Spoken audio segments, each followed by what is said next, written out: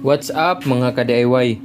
Yung pag-uusapan natin ngayon, paano natin ma-automation yung car shampoo business natin. Unang-una, yung pinaka main components natin is meron tayong compressor. Siyempre, meron tayo nito. Pangalawang main component natin is itong pressurized tank na stainless. Dito tayo magmi-mix ng tubig at sabon. Pangatlo nating main component is itong coin slot. At ang pang-apat natin na main component is itong solenoid valve natin. Yung tangke natin ngayon is naka-pressurize at meron tayong internal pressure sa loob nating tangke na 2 bars. Yung maximum ng kaya ng ating tangke is 4 bars. So, dito lang tayo sa safe na zone. So, nasa 0.2. Yung pula na yan is megapascal yan. Yung sa kabila naman is PSI. So dito tayo sa megapascal. Yung 0.2 na yan, ibig sabihin lang yan is 2 bars. Yung 0.4 is yan yung 4 bars. Itong hose na to, ito yung inlet ng ating compressed air. Papasok dito at yung level ng ating tubig, kakakarga ko lang to, so puno to. At nakamix na ng sabon to. Kung ito yung inlet natin, ito naman yung out natin.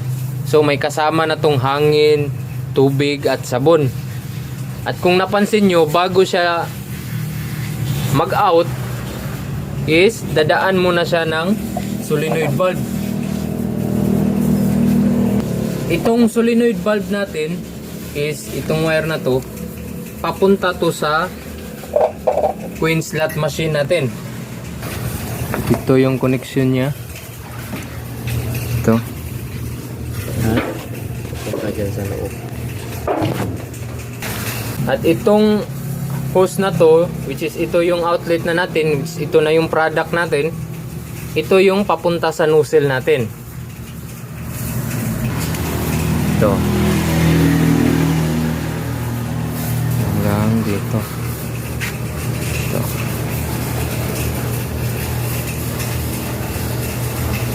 Ito yung process ka DIY paano natin na-automate yung ating car shampoo sa pamamagitan lang ng ating pressure reducing valve.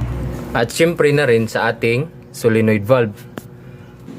Yung coin slot natin nakasit siya ng 20 seconds at pag may mag-drop ng 5 piso sa ating coin slot, mag-energize yung solenoid valve natin at magbubukas for 20 seconds at magko-close.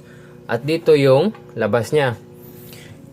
Yung trabaho ng ating pressure reducing valve is once may maggagamit ng ating car shampoo is magdadrop yung pressure dahil nga may gumamit.